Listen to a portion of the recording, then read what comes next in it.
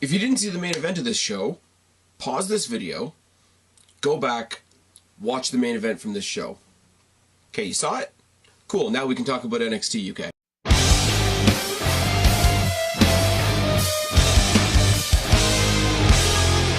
What's going on, everybody? It's your buddy, it's your pal Spaz Phoenix, the YWC Reality Check, here with part 1 of your NXT UK review for yesterday, which was November 28th, 2018. As I said in my NXT proper review, this and the episode we're going to talk about next are the last 2 reviews you're going to get out of me for this year.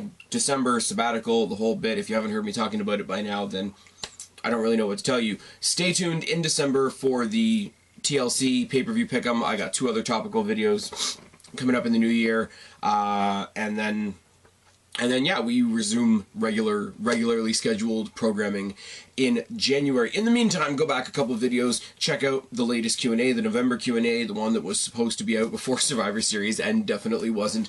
Go check out my highlights from Destiny Fearless, which I was at this past Sunday, which was really good. If you want to hear more about all the cool stuff I got to see at Destiny Fearless, I ramble about that for quite a bit in my NXT proper review from this week. It was a really good show. If you haven't seen it, if you've got the Fight TV app, go back and watch it. I think they brought down the price because it's not live anymore. I think it's like $14 now. Go check it out. It was a lot of fun. Let me know how it comes across on TV because I was there, so I wasn't watching it on TV. Anyways, a bunch of really good wrestling on this show. I mean, we're looking forward to the next episode where we're going to see the first ever NXT UK Women's Championship crowned. So this is sort of the hump we've got to get over before we talk about that. In one sense, I'm still mixed on these double shot episodes. You get 2 episodes every Wednesday. I know they're really behind, so they're trying to catch up. It's not always the best because I would have loved for the focus of this week to be just on this show's main event, which was fantastic. We're going to talk about it in a second. But I'm sorry, I'm thinking about the episode that I'm going to watch next, which is Rhea Ripley versus Toni Storm, as we said, for the NXT UK Women's Championship, because that's really what I'm looking forward to. I mean, these girls, we saw last year's Mae Young Classic, this year's Mae Young Classic, and we know they're fantastic. Toni Storm, you know, my heart's one true song as far as the UK goes. And yeah, so it's the downside of getting, sorry, lost my train of thought there for a second. It's basically the downside of having the double episodes every Wednesday. I know a lot of people on YouTube are saying, well, I'm not going to review anything until they go back to single episodes per week. I'm not going to say that because this is the groundwork of a new brand. We're establishing the women's title. We're going to be establishing the tag title soon. We're going to be establishing their first pay-per-view in January, which is going to be fucking fantastic. NXT UK Takeover Blackpool, which is a long name. I get it. That's the first ever pay-per-view. You're seeing the groundwork for what that pay-per-view is going to be right now. So why would you not cover it right now? I mean, I've stretched it out.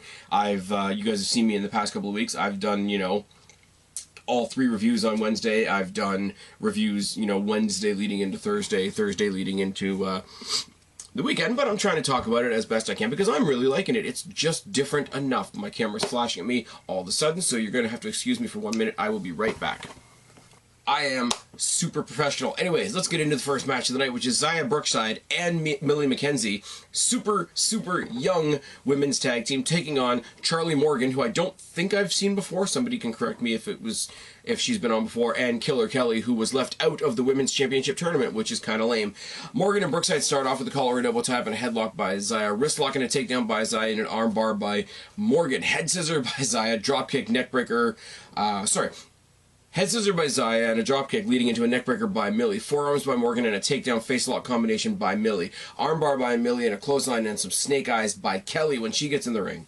Front slam by Kelly, a surfboard and a curb stomp. German suplex by Millie. You know, the suplex Millie chant gets going. It's really good. Surfboard and a curb stomp. Basically gets her in that surfboard position, but instead of pulling back on the arms, pulls back on the hair instead. Sets up for sort of an inverted version of what Seth Rollins does. German suplex by Millie, a jawbreaker by Xia, facebuster by Xia, a head scissor, some double knees, and a spear by Millie. The pin goes to Xia, and Xia and Millie get the pin for the win. this was really cool because they really underscored, obviously, the youth of Millie McKenzie and Xia Brookside. Xia Brookside, we talked about a lot in the Mae Young Classic, how young she was, her being the daughter of Robbie Brookside. Millie McKenzie being trained by Pete Dunne. So we did get a mild bruiserweight chant in this match. I don't know, because on the one side, it is paying respect to where she came from and where she was trained and whatever, so that's good. But it's on the other side of that, it's like, you know, cheer for her, not her coach. I mean, you guys know me, I love Pete Dunne. Pete Dunne's fucking great. I've had the chance to see him live quite a bit, thanks to Destiny, but in this case, it's one of those, why don't you cheer for the people that are in the ring? It's like when AJ Lee was still in the WWE and people would support her by chanting CM Punk. I don't... It's one of those weird things, isn't it? But this was a really, really good match, and I like Xia Brookside. As I've said, she's sort of in that, oh, what the hell's her name? Going blank, because that's just how it goes. Dakota Kai. She's in that Dakota Kai category of sort of Bailey done properly. And Millie McKenzie comes out all unassuming and kind of friendly looking until she starts snapping off suplexes that could take your fucking head off. I mean, this was a showcase for them. Charlie Morgan and Killer Kelly were there to make their opponents look good, and they did a great job of that. Ashton Smith taking on Eddie Dennis. Ashton Smith is awesome. I've said it before. He's sort of the NXT UK equivalent of Ricochet, and Eddie Dennis is big. Yeah.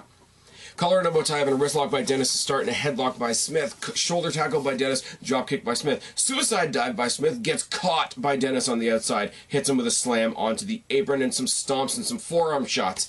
Body shots by Smith. Cravat by Dennis. More body shots by Smith and some high knees by Dennis. They trade some punches. There's lariat by Smith. There's a 3/4 drop kick by Smith. Suicide plancha by Smith. Doesn't get caught this time. Actually hits the mark, which is really, really good.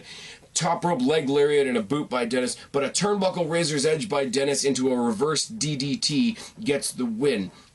I mean, the people in the crowd seem to already have a pretty good respect for what a heel Eddie Dennis is and what he can do. This, I would have loved to be a showcase for Ashton Smith. As I said in the previous match, Charlie Morgan and Killer Kelly were just in there being mean and vicious, so when their opponents got, you know, overcame that, then it was a really good showcase for them. I think they could have done the same thing for Ashton Smith here. They didn't. Eddie Dennis is big, therefore he wins. There are some elements of WWE that seep even into NXT. I mean, look at Lars Sullivan. I mean, I don't really want to look at Lars Sullivan right now because of, you know, the social media bug has come and bit him in the ass. Saxton Huxley and Joseph Connors. Here's basically the story on this. They were a team. Now they're not, and they had a match that was fine. Elevated mic check by Connors for the win. I'm sorry. Nothing wrong with the wrestling in this match, but it's much like the tag team match we talked about last night between the Mighty and Lorcan and Birch. Nothing wrong with the match whatsoever. Nothing to write home about. It was a match that was a match. If you enjoy it, if you want to watch it, go check it out. Two guys that really know their stuff. The crowd seems to be really into them. I don't get it. Joseph Connors, I remember from the tournament both this year and previously. Huxley, there's something there that I don't get. I don't get what the deal is with him, so maybe that's what it is for me. I can't get excited about the match. The match was there. The match was fine, but that's all it was. Anyway, and there was much better things for me to look forward to, so things that I'd much rather talk to you about. As we say, we're looking forward to the Toni Storm Rhea Ripley match. We saw 2 sets of great video packages on both superstars. Now, you guys know what I say about video packages. WWE does them great, but especially because they've been on both Mae Young Classic tournaments. They've been in the UK tournament special back at Royal Albert Hall. They've been on a little bit of NXT. They've been reintroduced to this new brand. There's nothing you're going to see in these video packages that you haven't seen before in some way, shape, or form. Nothing wrong with them. WWE's great at them. But I don't want to reiterate what we've seen before and again and again and again. I hope you guys can understand that. Plus, I'm watching this on a recording, so video package, I can sort of skip through, see if there's anything new, see if there's anything different, see if there's any new developments. There aren't. Great video package, WWE production team, good for you. Moving on. Pete Dunne versus Jordan Devlin for the... Is it the WWE UK title? Are we going to call it the NXT UK title? They still haven't made up their mind on that. But Pete Dunne's UK Championship. Now, Pete Dunne, I really wish he would come out with the Destiny title. That would be really, really cool.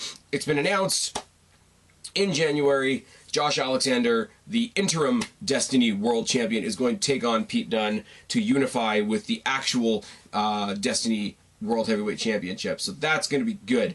Really, really sure that Alexander's going to win that because, you know, the UK brand here is doing what it's doing here, and we've all heard the dirt sheets about, you know, WWE clamping down on the UK talent and only letting them wrestle where they want to wrestle. But why wouldn't they let Pete Dunne wrestle in Destiny? It's fucking run by Santino Marella.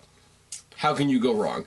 Anyways, Pete Dunne versus Jordan Devlin, and I think I'm starting to like Jordan Devlin despite myself, because he's a creepy little bastard, but he's good at playing a creepy little bastard, so it's really good. This match was... I was expecting a good match, don't get me wrong, but this match was even better than I expected it to be. These guys...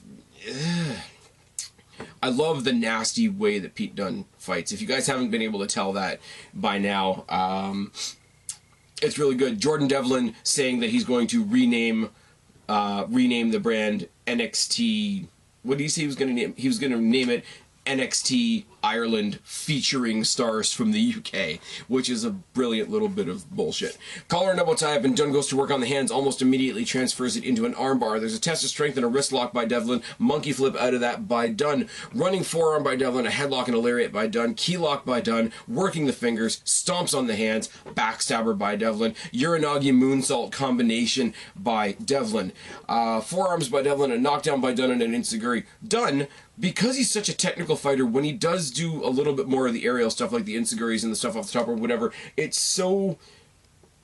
It doesn't work, but it does. I hope you understand what I mean by that. Snap German by Dunne, kick in the face, X-plex. Armbar by Dunne, step up enziguri, suplex by Devlin. Devlin stomps on the back, but Dunne knocks him down, gets him face down on the mat, walks all over his arms. And when I say that, normally... You hear me say when he starts doing the joint manipulation, oh, he's going to bend the finger, then he's going to bend the hand, then he's going to bend the wrist, then he's going to do the elbow, the shoulder, whatever. This time, he does the same, but not with submission style, with more of a brutal style, stomping the fingers, stomping the hand, stomping the wrist, stomping all the way up the arm to the elbow. And it's just, it's so not WWE. It's just a dirty little bit of, you're down, I'm going to step on you. There is no gravitas, there is no wrestling ballet to it. It's just breaking people's joints. And the way, I can't say it enough, the way Pete Dunne wrestles, and maybe it's just a UK thing because I'm not super familiar other than what we're getting from the NXT UK brand. Maybe it's just a UK thing that I'm not familiar with. I associate it with Pete Dunne because I think he's particularly great, but it's just, it's such a dirty, more real way of fighting. It's just really, really good. Dunne walks all over the hands, the arms, etc. Spanish fly by Devlin, Koji clutch by Dunne. Facebuster on the steps as they spill to the outside, and a Spanish fly off of those steps to the floor. And these guys both sell like they're fucking dead right to the end of that 9 count. Kick to the face by Dunne, reverse Rana by Devlin, forearms by Devlin, bitter end by Dunne. Close near to. Top rope Spanish fly by Devlin, which is, you know, impressive in and of itself. I do miss watching TNA for the fact that, you know, the Spanish fly is the Spanish fly. It's a great move.